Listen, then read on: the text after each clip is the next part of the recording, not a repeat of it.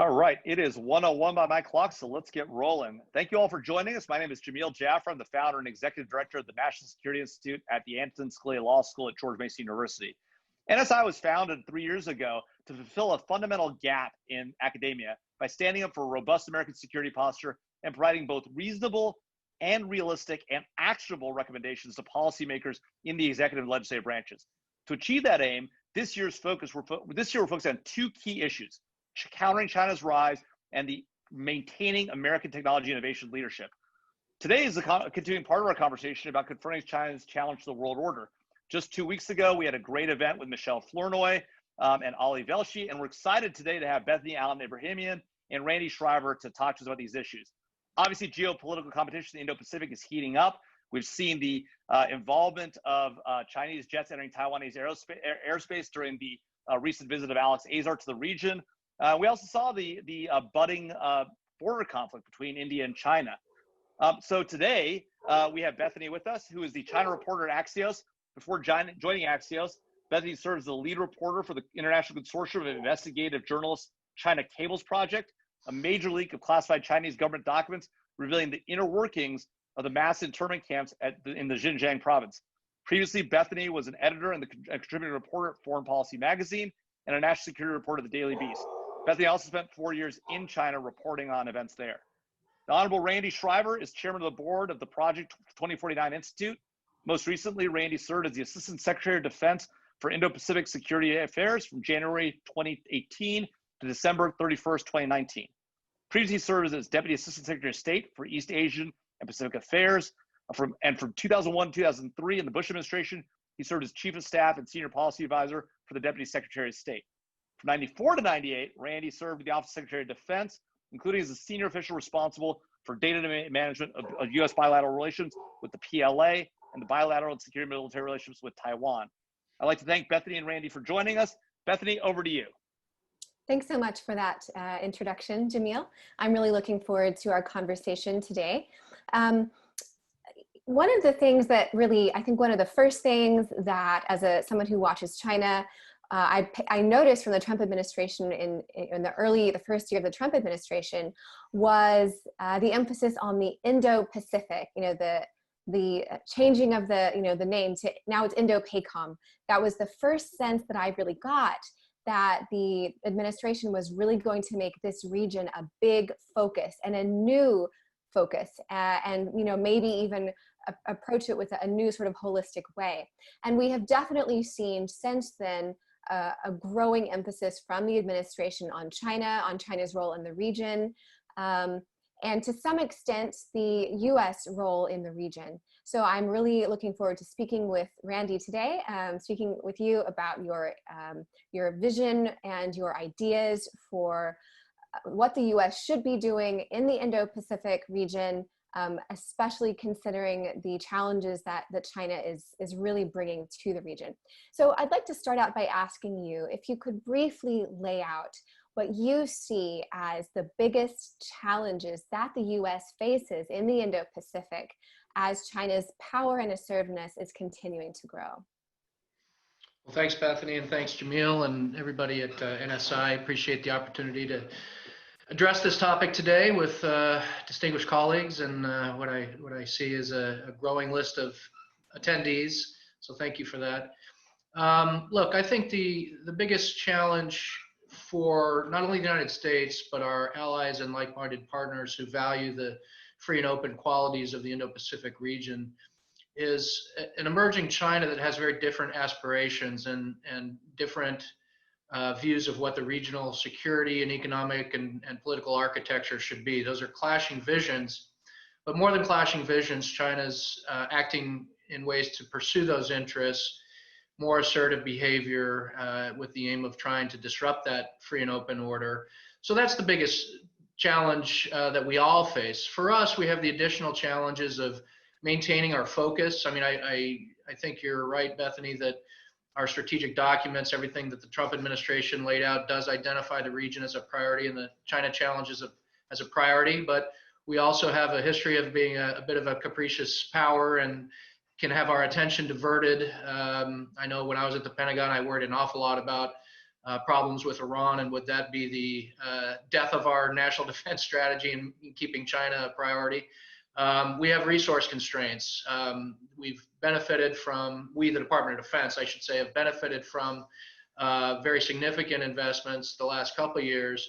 But DoD budgets do follow the laws of gravity. What goes up will come down, and I think that's true whether it's a Trump administration or a Biden administration. And I think we also have some work to do on our trade and economic policy. I think the Trump administration came in, President Trump and Secretary Clinton had run against TPP. He pulled out of TPP.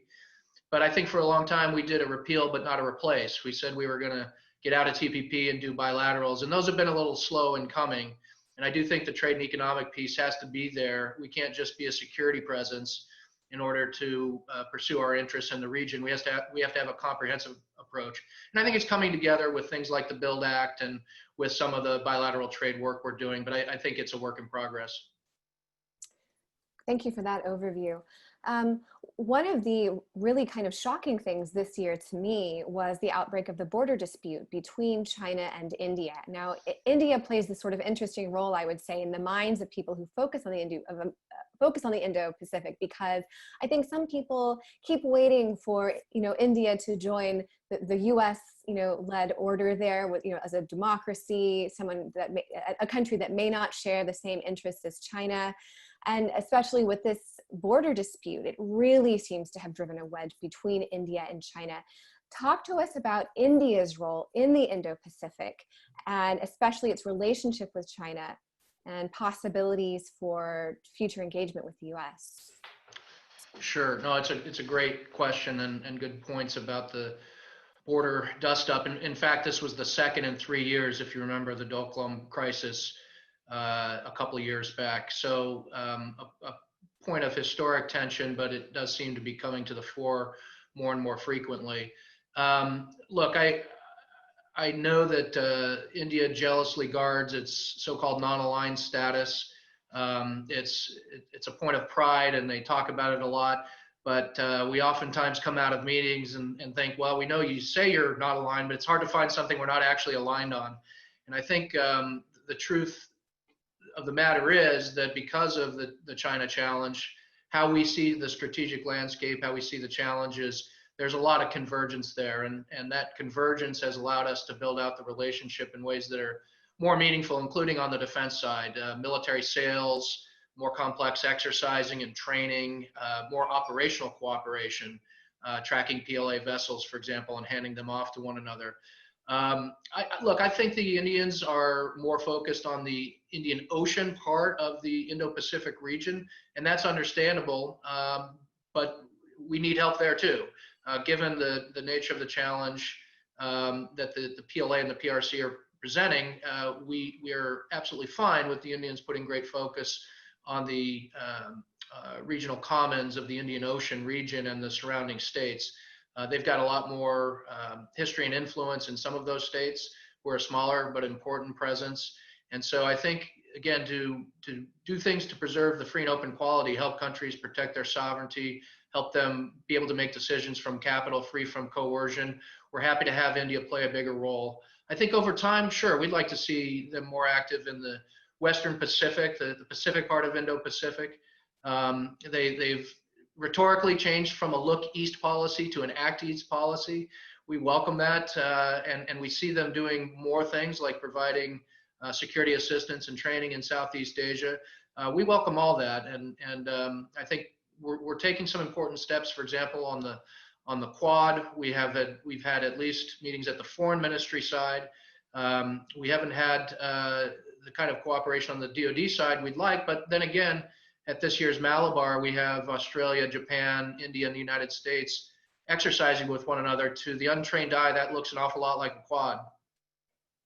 I'm glad you brought up the Quad. I was going to ask about that, but you talked about it anyway. One thing, people view China often as honestly, I think it's maybe believing China's own propaganda as being, for win-win and, not trotting on the rights of others and not needlessly stirring up diplomatic conflict. It's hard to square that view of China with how they've let the relationship with India really spiral out of control. And India's reaction has been really shocking. I think not shocking, but interesting. I mean, for example, banning dozens of Chinese apps. And just, really pulling away. I think this it really deals a big blow to China's image among non-Western countries that have a colonial heritage, which makes them a bit standoffish from the West. Do you have any sense of how it's come to this, how, China under Xi Jinping has let itself get to this place?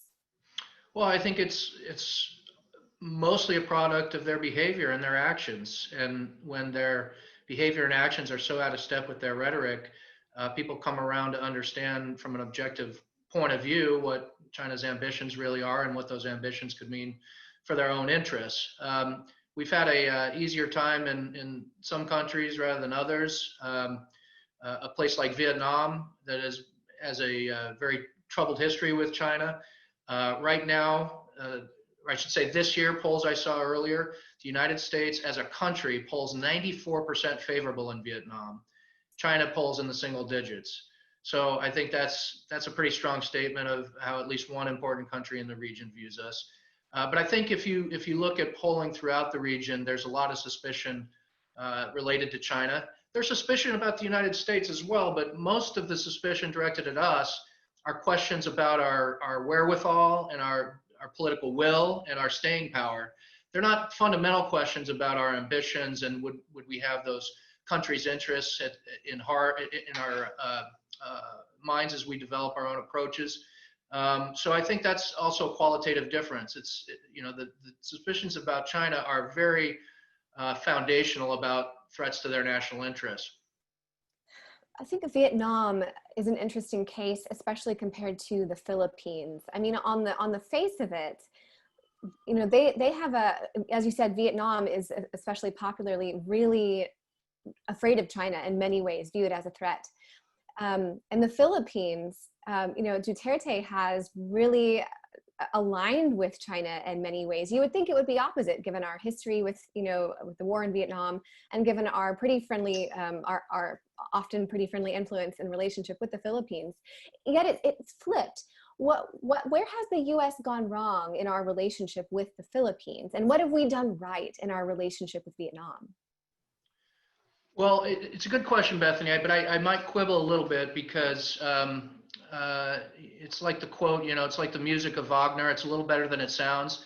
I think our relationship with the Philippines is a little better than it sounds. I think we have issues with the president himself. President Duterte is unconventional and has views that I think are out of step with even his own people about the United States and the alliance.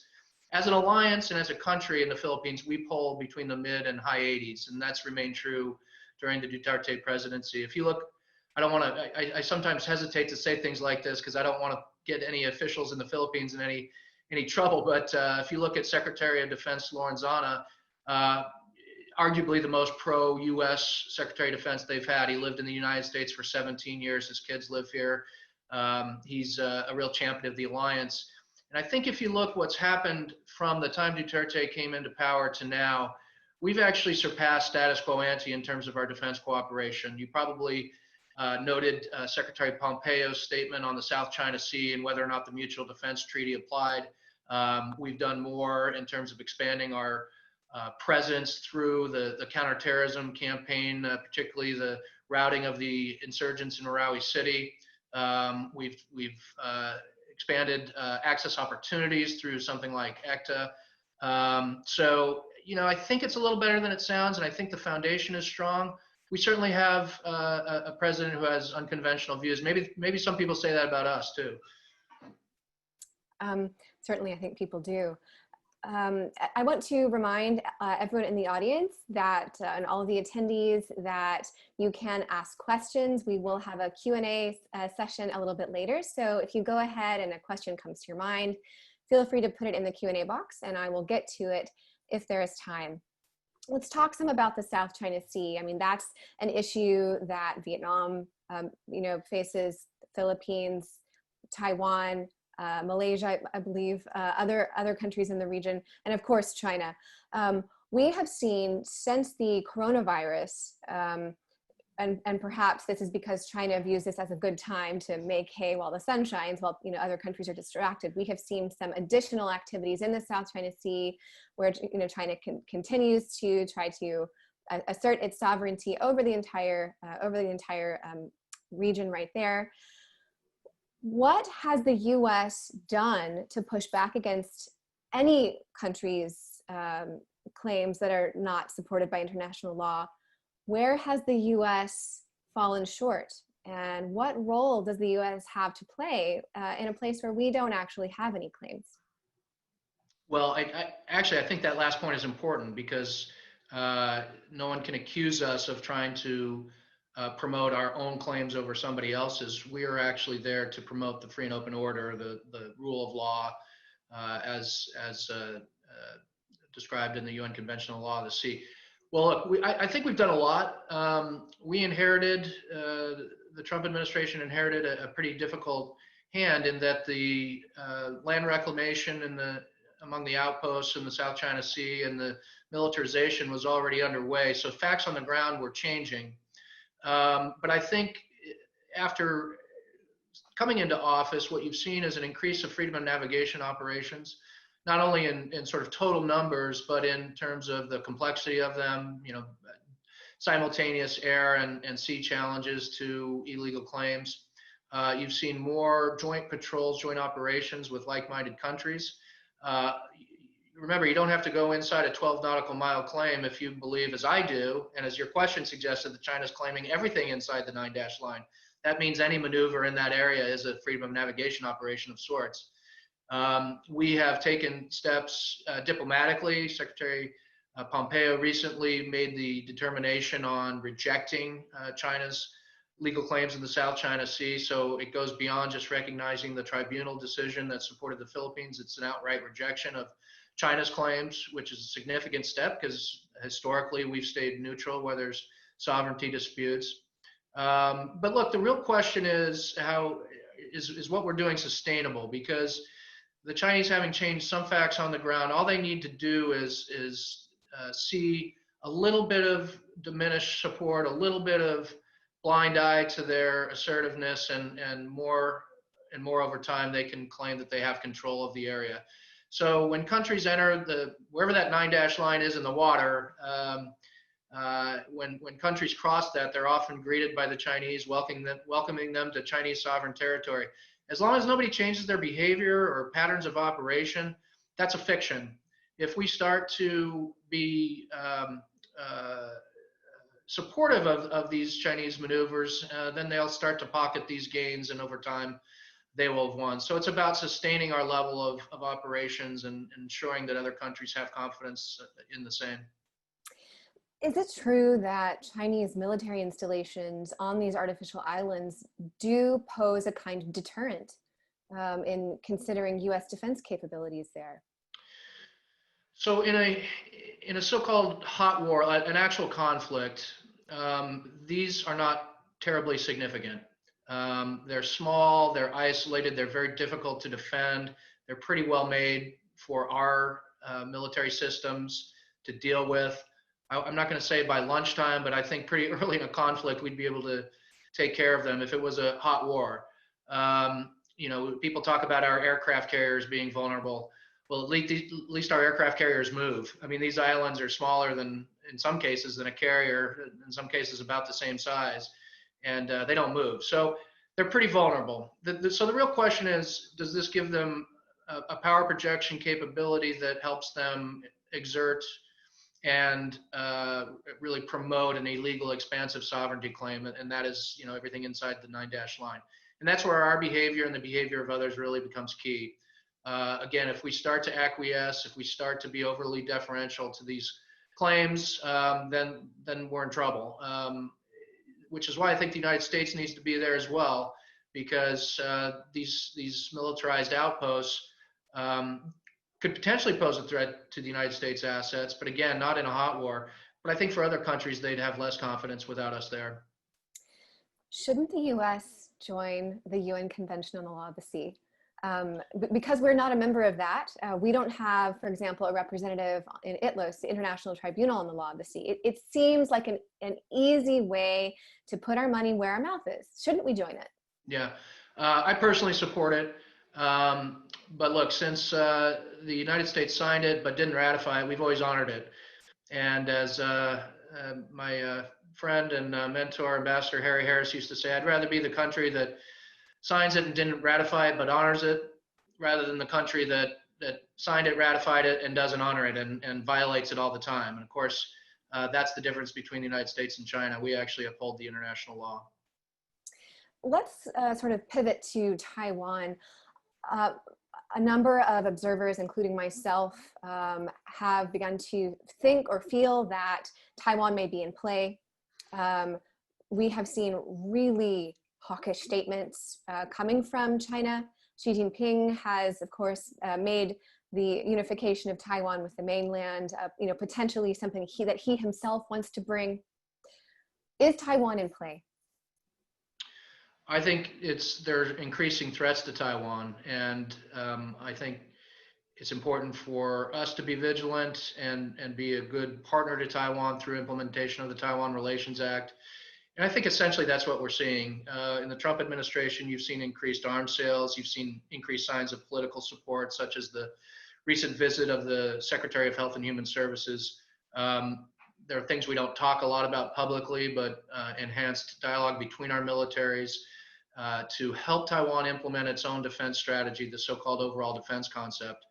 We were talking a little bit before this event about Taiwan's defensive advantages. 80 nautical miles of water, mountainous, inhospitable terrain is a pretty good opening bid before you buy a single weapon system.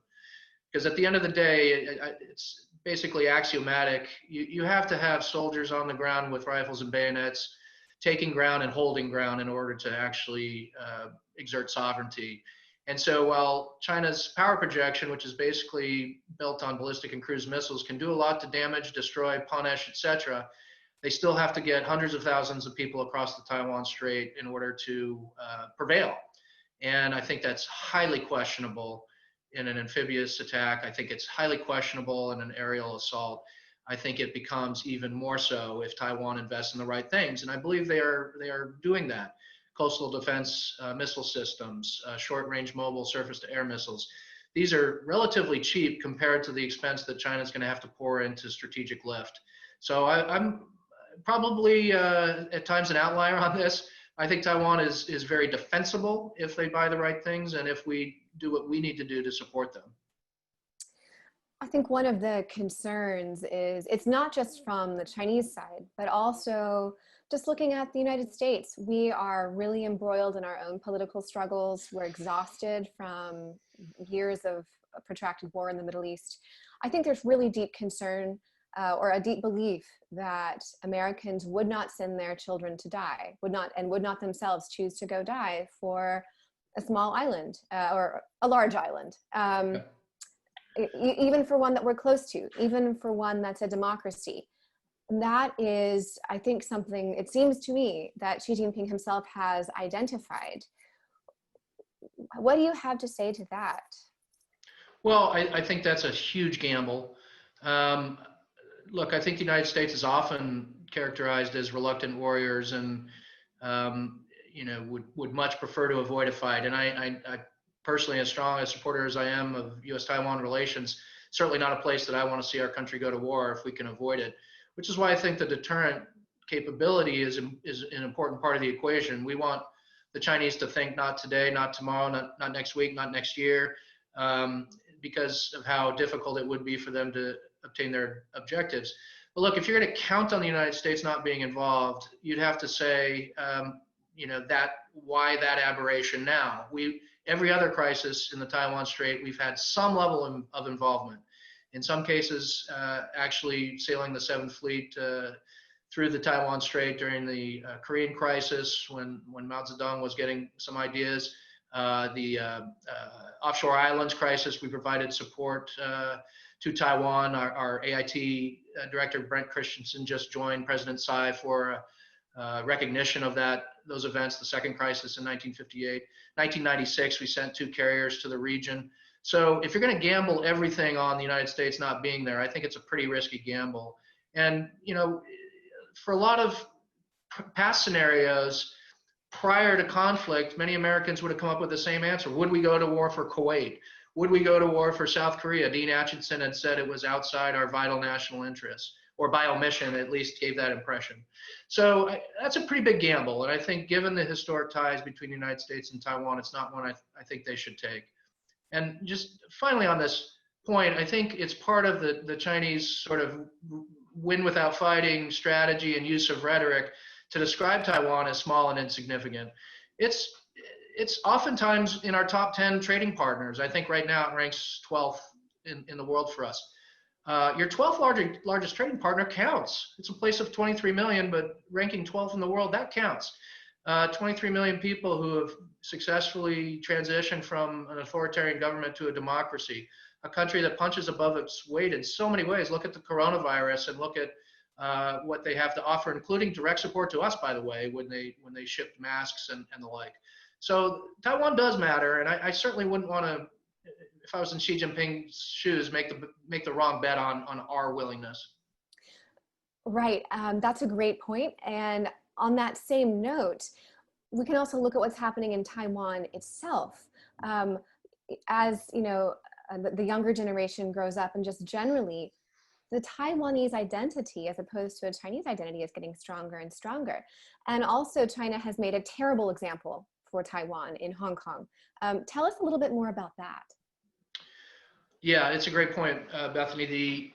The Taiwanese identity is really a reemergence of identity in a lot of ways. When the Kuomintang and Chiang Kai-shek came over between 1947 and 49, the so-called ethnic mainlanders never really made up a significant, no, I shouldn't say significant, a huge portion of the population.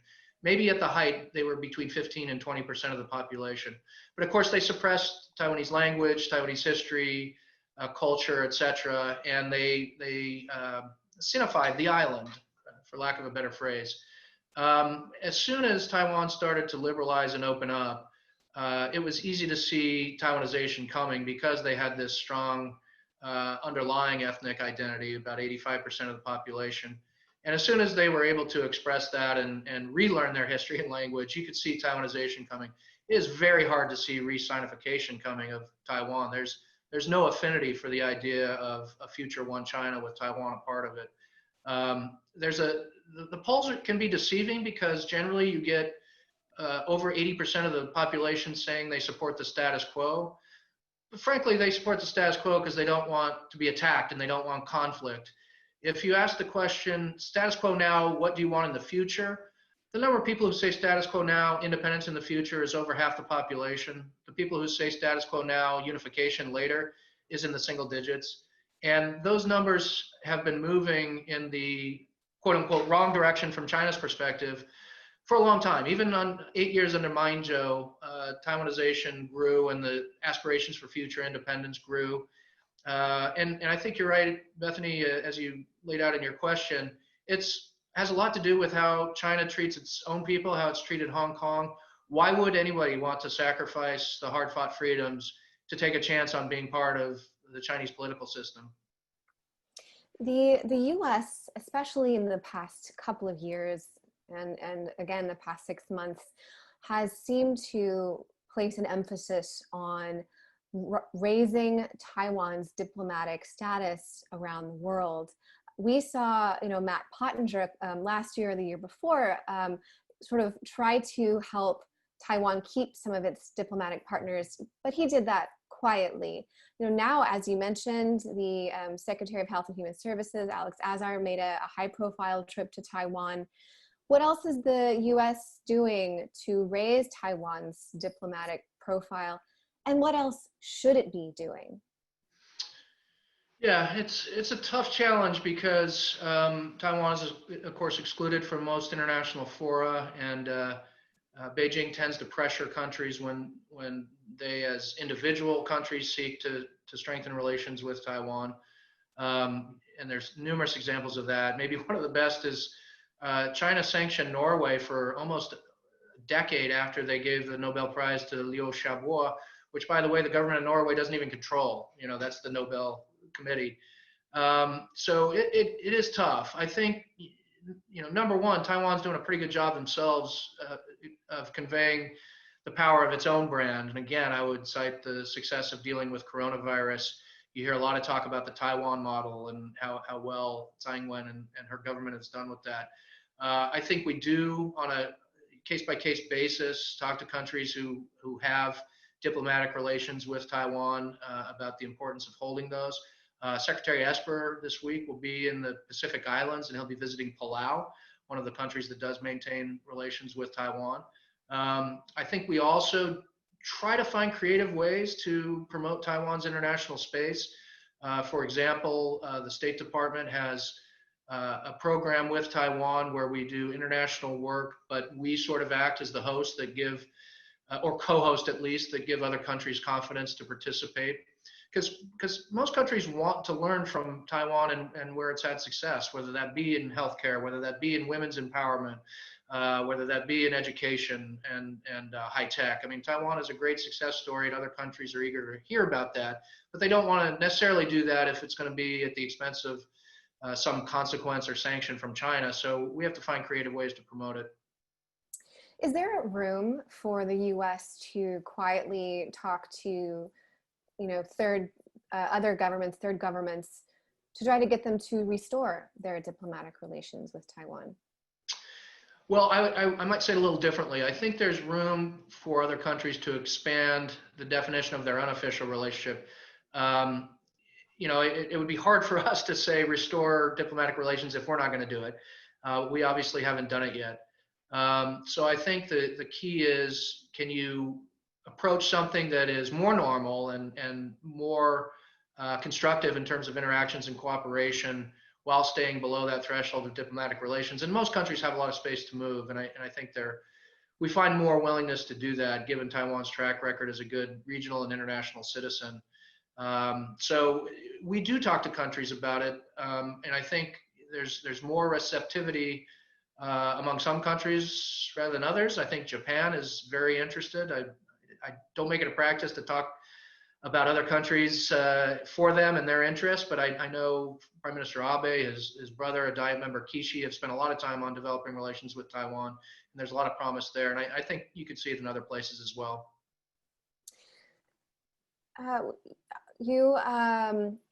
You recently wrote an article with Eric Sayers in which you advocated for what you call a Pacific Deterrence Initiative. Can you tell us more about that idea?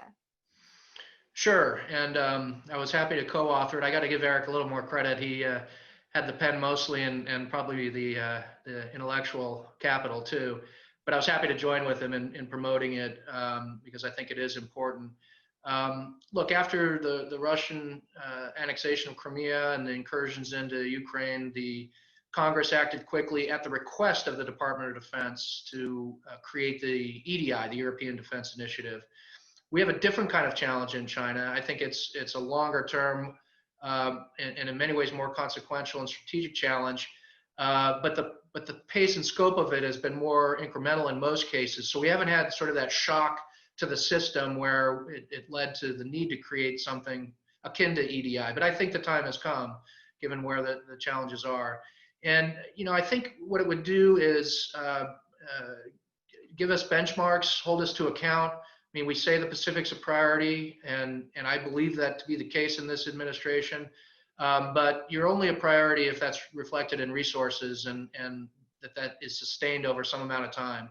So PDI would give us sort of that benchmark to know that we're increasing our investments, that they enjoy a place of priority. And by the way, investing in the right things. What we point out in that article is there's a lot that is actually not that expensive and you know, not that high tech or sexy even, you know, forward deployment of logistics support and ammunition, having the ability for more dispersal through access to runways and rapid runway repair and the like. I mean, these are not expensive things, but it takes a thoughtful, strategic approach to think about where those resources can be allocated and how that allocation will help you sustain the fight in an A2AD environment, the anti-access area denial environment that China's missiles create. If you do all that, the goal is not to then go to war. The goal is to have a strong deterrence so that China doesn't think about sporty behavior in a way that threatens all of us. And in that article, you specifically recommend that Secretary of Defense Mark Esper move to launch this Pacific Deterrence Initiative, or PDI as you call it, during the 2022 budget. So you really have a pretty clear approach there. You've laid it out clearly for the administration to adopt. Do you feel optimistic that this is realistic, and do you think that there's support within the administration for something like this? Yeah, I do, and I'm optimistic because there's huge support in the Congress. The chair and ranking member of the Senate Armed Services Committee have both endorsed it publicly, Jack Reed and Senator Inhofe. To the extent there's difficulties in the administration, really it's kind of more of a technical issue about budgeting and how things work. I mean, our services, where the bulk of our money goes when it comes to procurement, acquisition, our services don't like to have their hands tied. That's a bureaucratic thing. I get that. But having your hands tied in the right ways is something that I think the Secretary of Defense needs to exert his authority on. And so I think we'll get there. I hope we get there. I want to talk about the idea of an industrial policy. This is something that has really come up in our national dialogue for the first time in a long time. Doesn't mean we didn't have an industrial policy, but to address that debate with us. What's an industrial policy? Do we really not have one after the Cold War? What's this kind of, what's the arc there of the U.S. industrial policy? Why do we need one? There's a pretty broad spectrum. It generally brings to mind a government that's heavily involved in directing the private sector and partnering with the private sector in a bit of a heavy-handed way and picking winners and losers. We don't have that type of industrial policy. What we do have is parts of our government do look at potential strategic investments and sectors to support. We do that through the Defense Department, through DARPA, through Defense Innovation Unit. What I think the debate is now is that sufficient? Is it fast enough when it comes to particular emerging technologies? For example, the 5G networking, artificial intelligence. And so I think there's a debate now is, should we be playing a larger role in promoting U.S. solutions or U.S. partner cooperative solutions? And I think the evidence is growing that we probably need to be more involved, that we've fallen behind, or at least it's competitive enough that we can't be confident we have an edge, where the government might have to take a more direct role. That's starting to be reflected in legislation and the congressional views. That's starting to be implemented from the executive branch as well.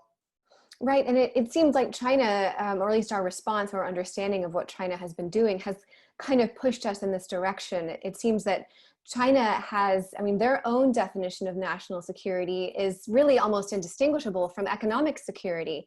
And that has led them, with strategies such as civil military fusion, to, pursue a strategic engagement in certain kinds of industries and sectors. And, it seems as though the US and other democratic societies have had a hard time knowing how to engage with that, and how, we have this sort of, we don't want to be too intrusive. We don't want to have system convergence where we end up just being a mirror image, right, of what China does.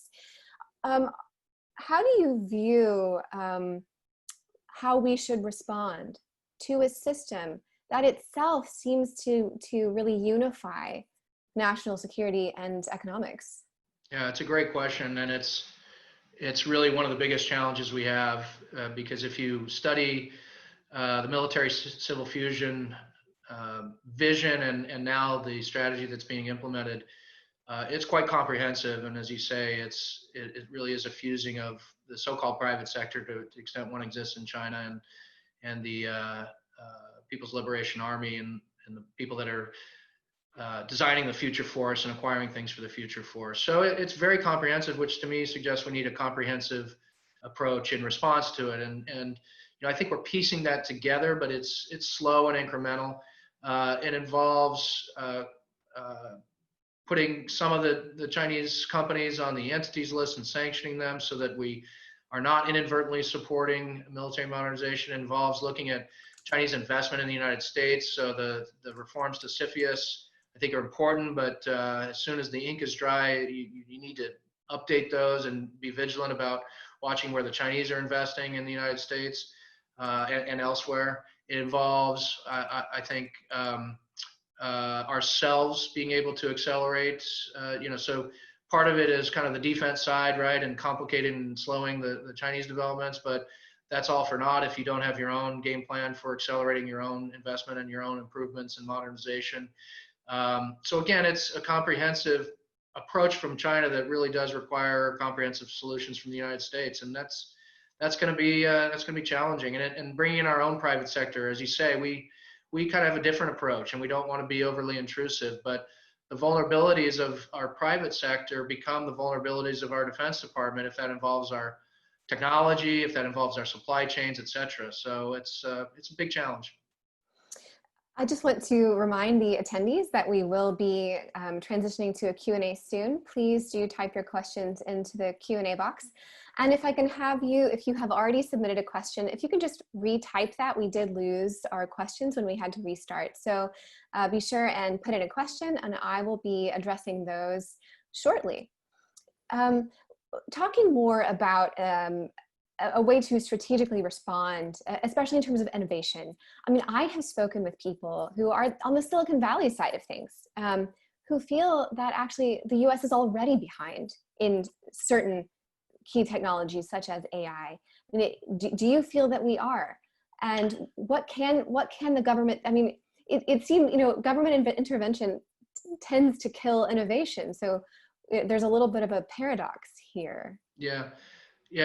So I don't have much of a technical background to be able to say, where we actually stand. I do rely on the views of experts who I've heard those views as well, Bethany. What I would say is we have to be more creative with the tools that we have, and if that's not sufficient, think about new tools. But the Obama administration stood up Defense Innovation Unit, and we've expanded, the Trump administration expanded its scope and its ability to operate at greater levels of resourcing. I think that's the kind of thing that In-Q-Tel does, which is sort of a hybrid approach. It's not the government being directive, it's the government surveying the landscape, seeing where promising technologies might be emerging, and then giving some resource assistance. I think those kinds of things will help.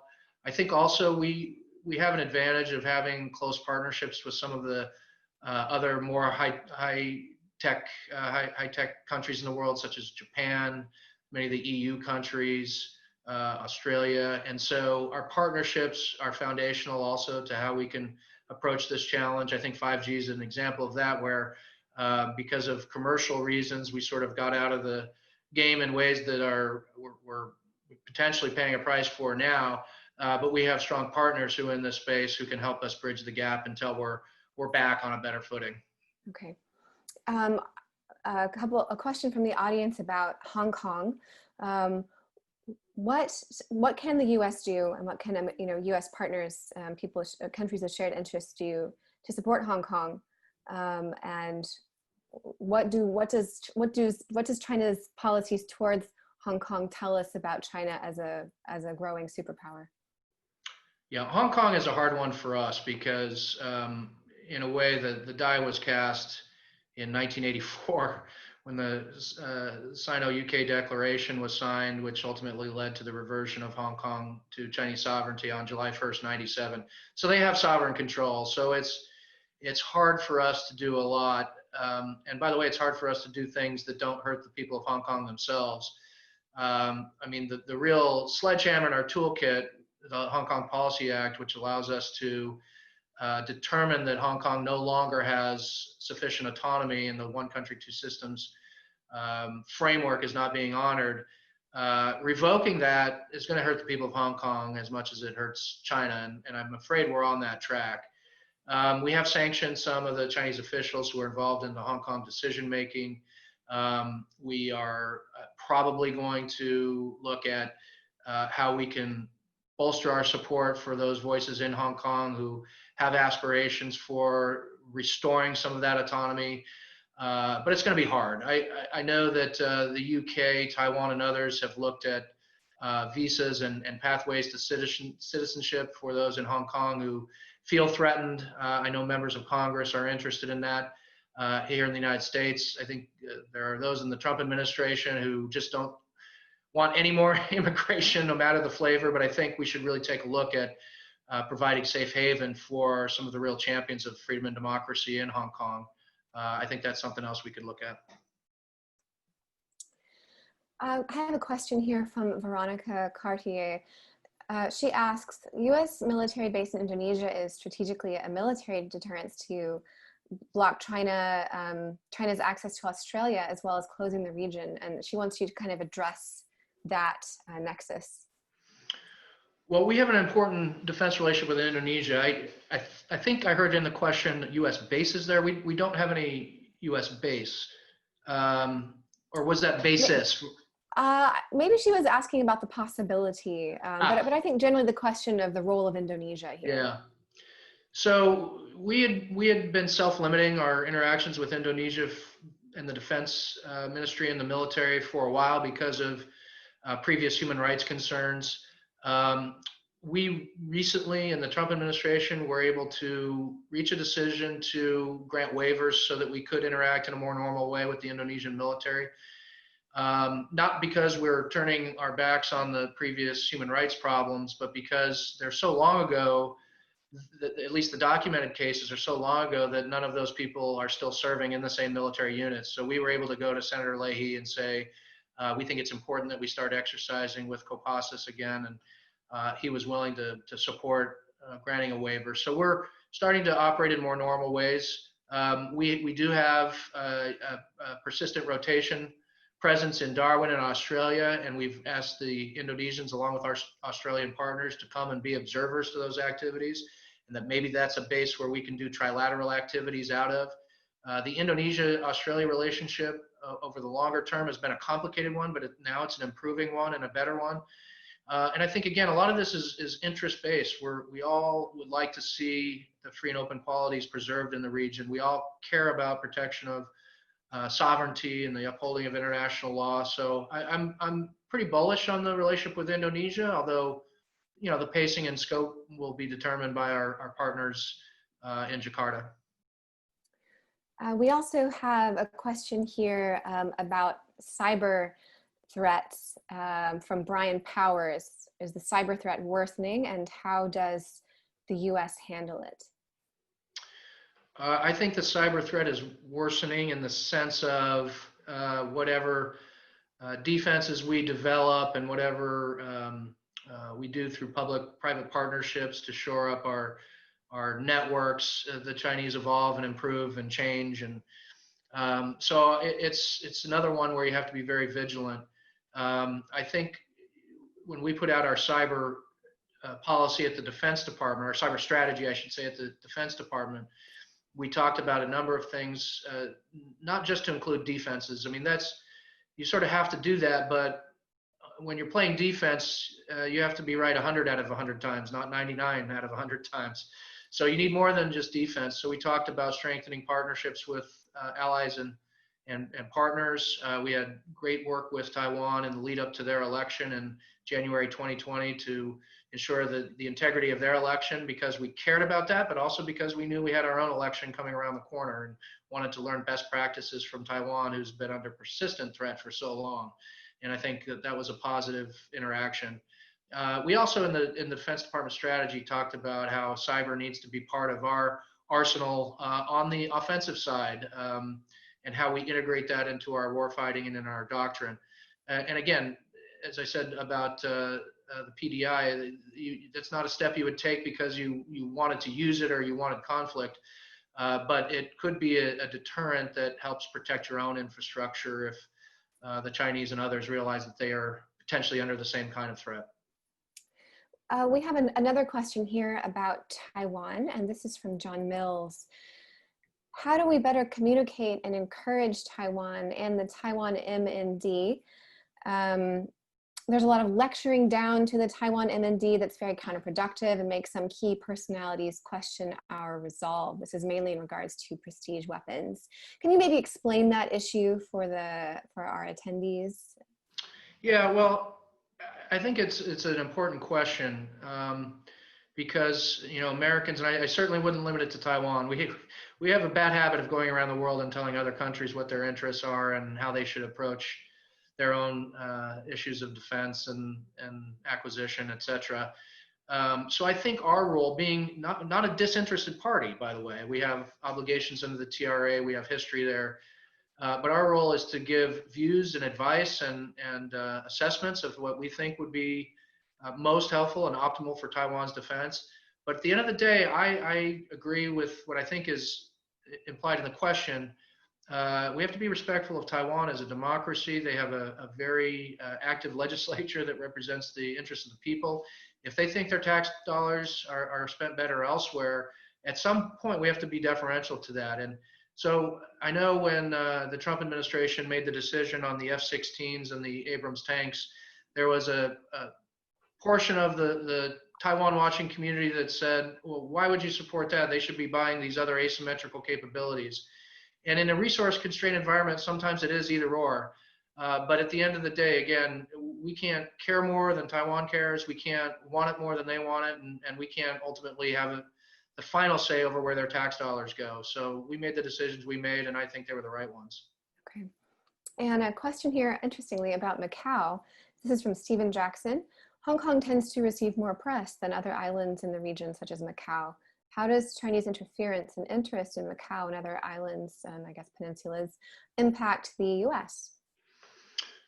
Yeah, it's an interesting question. I mean, we historically have had less direct interest in Macau than Hong Kong, given that Hong Kong became such a financial center and a regional hub for a lot of activities. In fact, we never had a consulate in Macau. It was covered by the consulate in Hong Kong. So our officials there have always had responsibilities to jump on the ferry and go over and check out what's going on in Hong Kong. But in fact, the reversion of Macau followed Hong Kong by 2 years of 1999 from Portuguese control to Chinese control. It's an interesting place, world-class casinos and restaurants, but historically just not as many of our interests and financial interests and other interests have been tied there. So I don't think, China has seen the need to take as heavy a hand. They have a pretty cooperative, compliant population there. They're hugely reliant on mainlanders coming into Macau to spend money in their casinos. So it's qualitatively different than what you see in Hong Kong. We have just a couple of minutes left, and I would like to throw out a really enormous topic. And so please feel free to just, respond in whatever way that you would like to in such a short time. But one of Xi Jinping's, primary foreign policy initiative is the Belt and Road. And that was initially directed, very primarily at Southeast Asia and continues to be really important there. What is the role of the Belt and Road, or at least that concept, in China's influence, non-military influence in the region?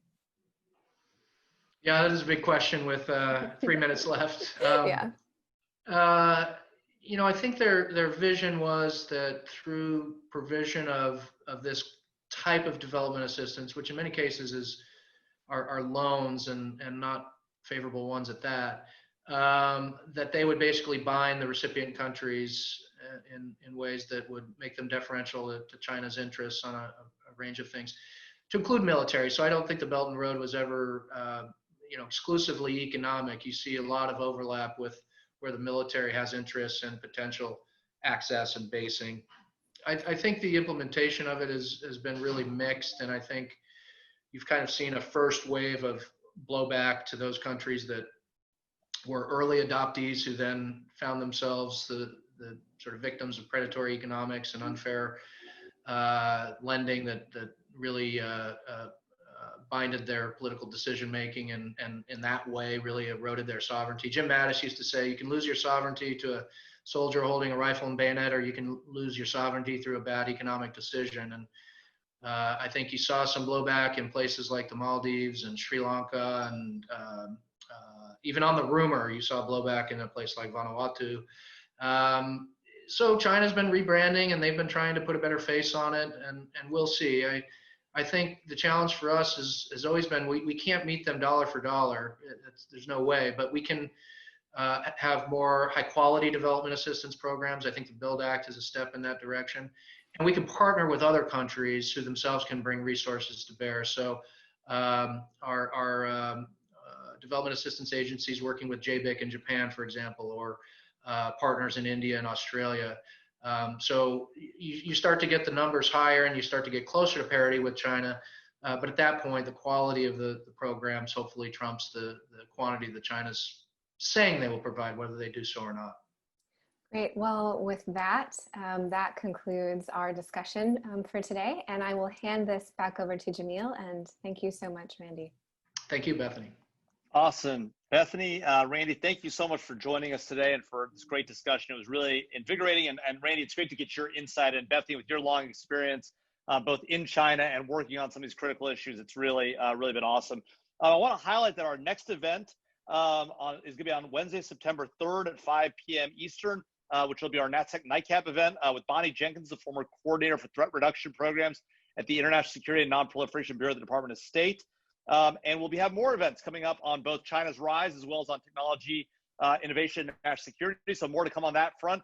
Please sign up for our mailing list. Follow us on Twitter at MasonNatSec and on LinkedIn. Again, Randy, Bethany, amazing conversation. Really appreciate you. Thanks everyone for being here. Have a great afternoon.